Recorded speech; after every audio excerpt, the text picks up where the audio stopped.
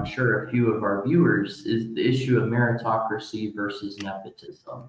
One of the biggest fears I think most organizations have with working with family businesses is, how do I know I'm getting, the business's best interests as opposed to, the family or a particular uncle's best interests? Can governance help balance out that eternal argument between meritocracy and nepotism?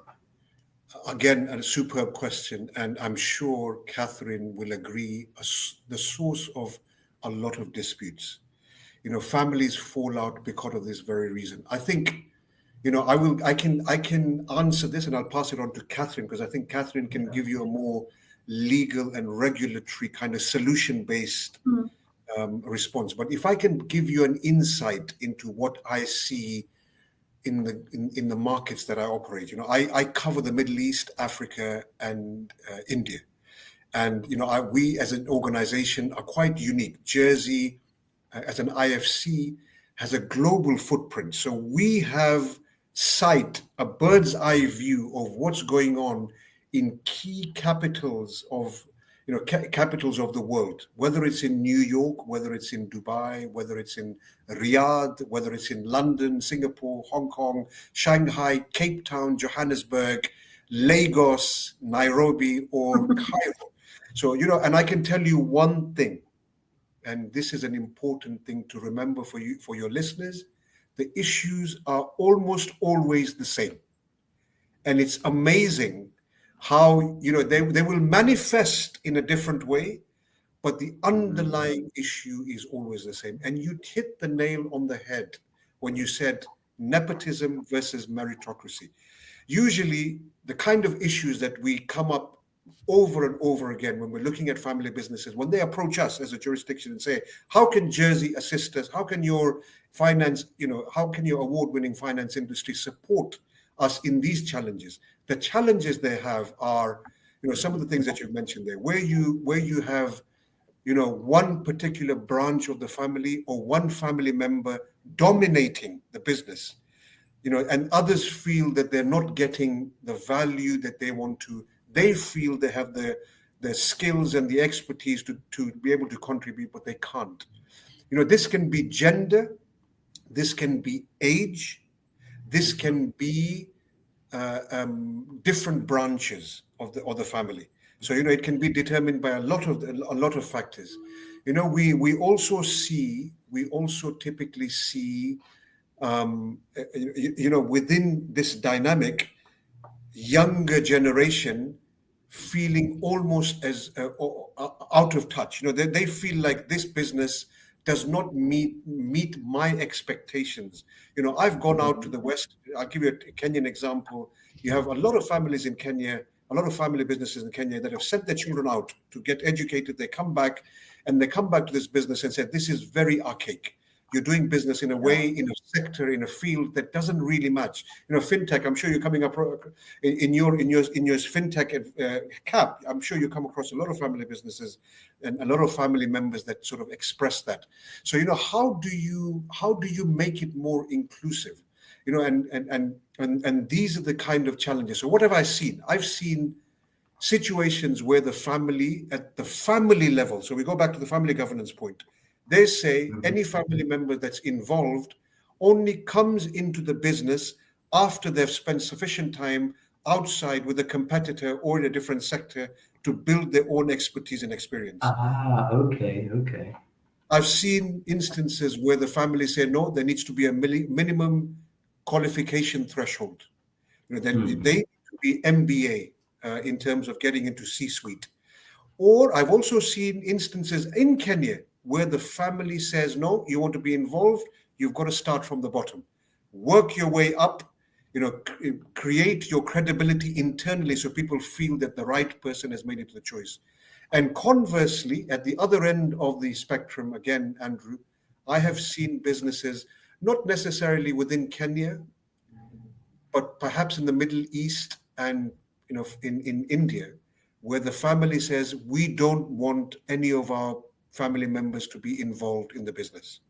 You're going to sit at the board, you can be at the strategy level, or you can be in advisory committees that advise the board, but there's going to be no family members involved in the family business. We're going to run this professionally. So you can have all sorts of mixtures, and the beauty is, one size does not fit all. You can have what you want to make this work for your family. So this is what I see in the different markets that we operate. But how do you sort of legalize it, and how do you say, this is probably something for Catherine? How can the families, what can they do, in terms of trying to, she probably is better placed to advise. Yeah, I mean, thanks for transitioning for me, Catherine. As Faizal said, how do we legalize? How do we make this all make sense in legalese?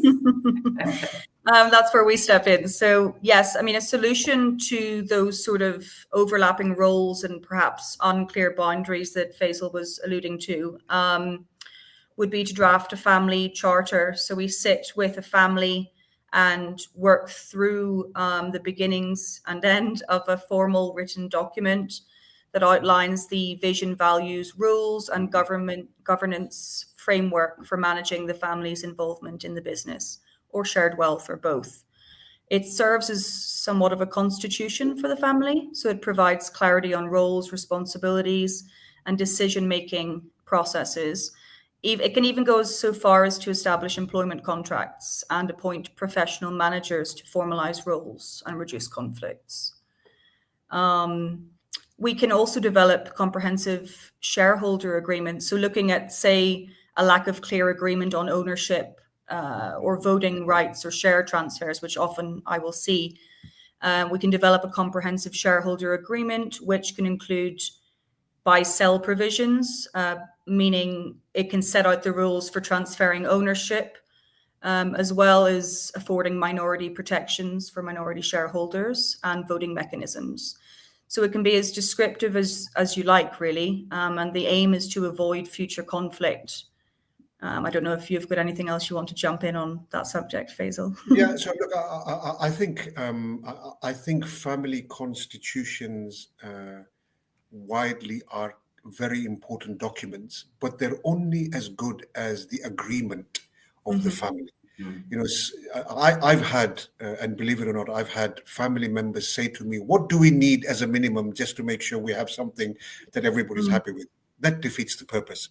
I think if you go back to what we're talking about here, we're talking about harmonizing it, making it equitable, making it fair, having the buy-in of all the stakeholders that are impacted by this.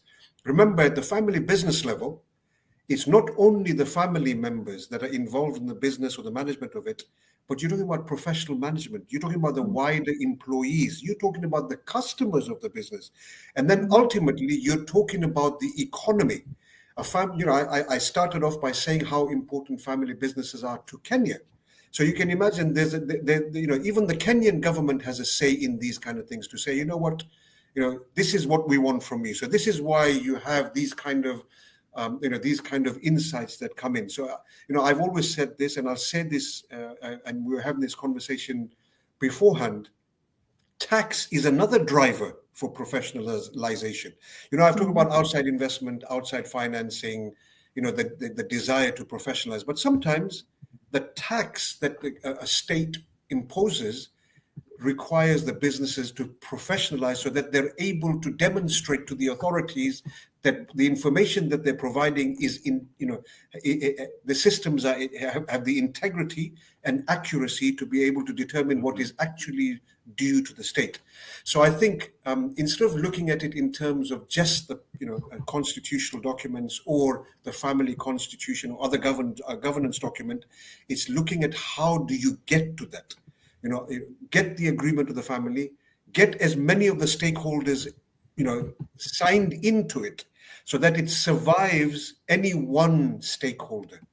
The idea is that, I see in the very large, complex, complicated families, they have family days, they have, outings, they have these councils, they have a permanent mediator appointed within the family that sits there to help them navigate these complexities.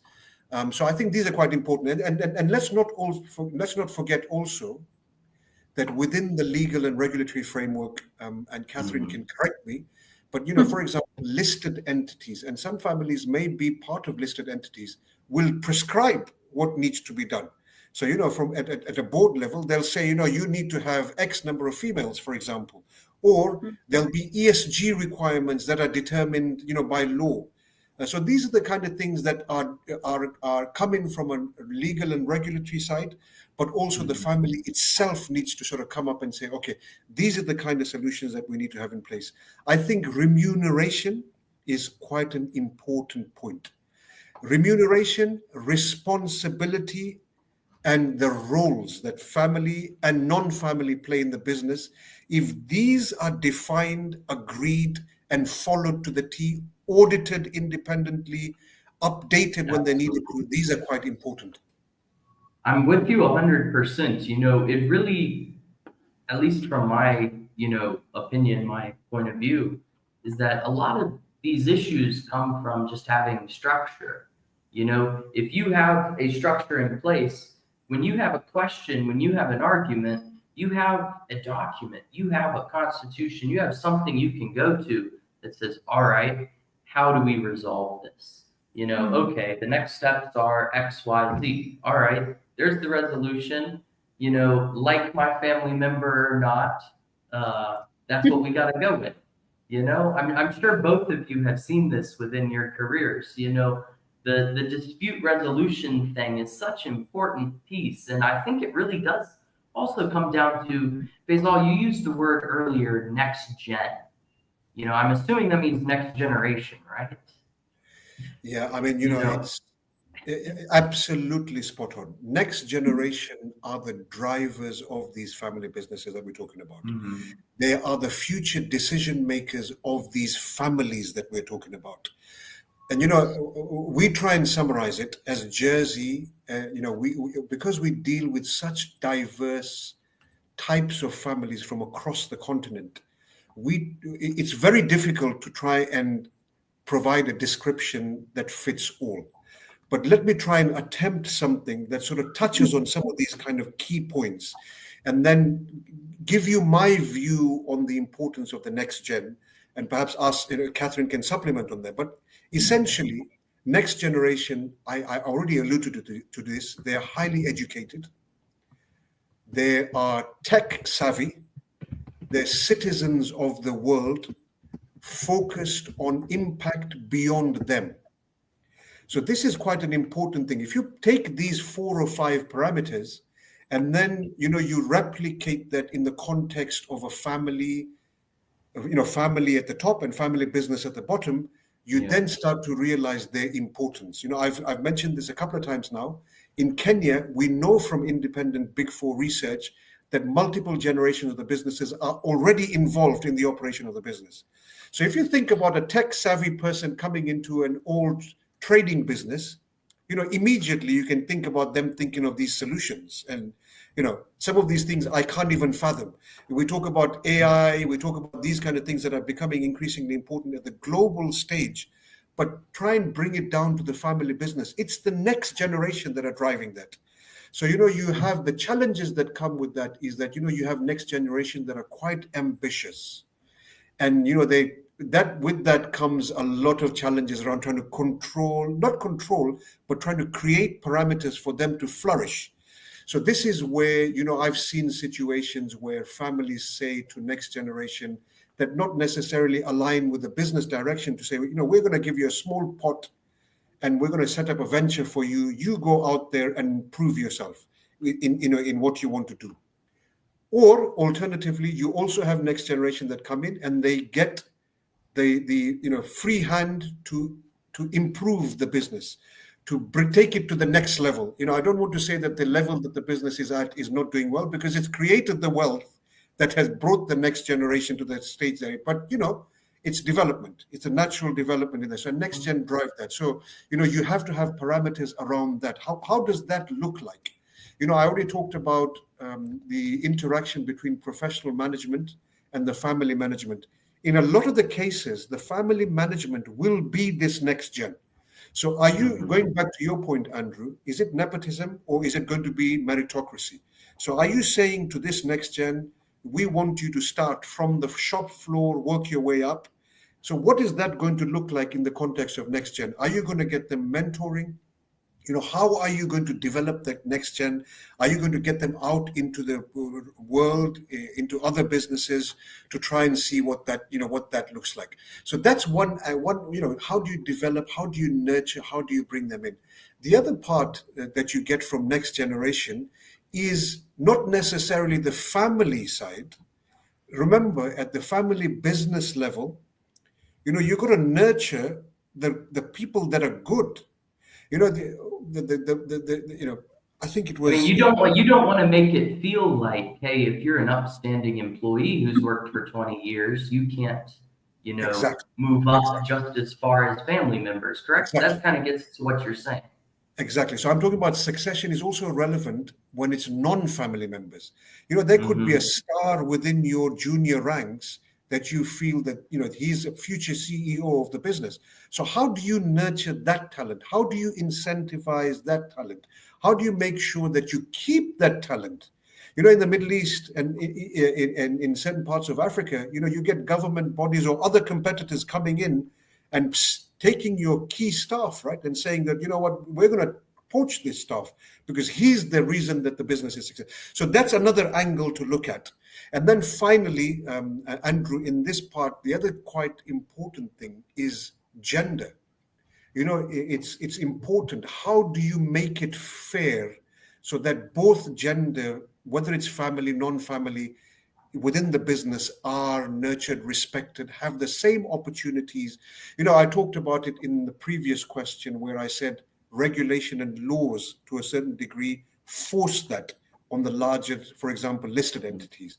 But a good business, a good family business, a forward-thinking family would preempt some of these things and make sure they have systems and processes in place that make sure that this is a norm, that fairness is something that is a norm within this process. Yeah. Okay. Interesting.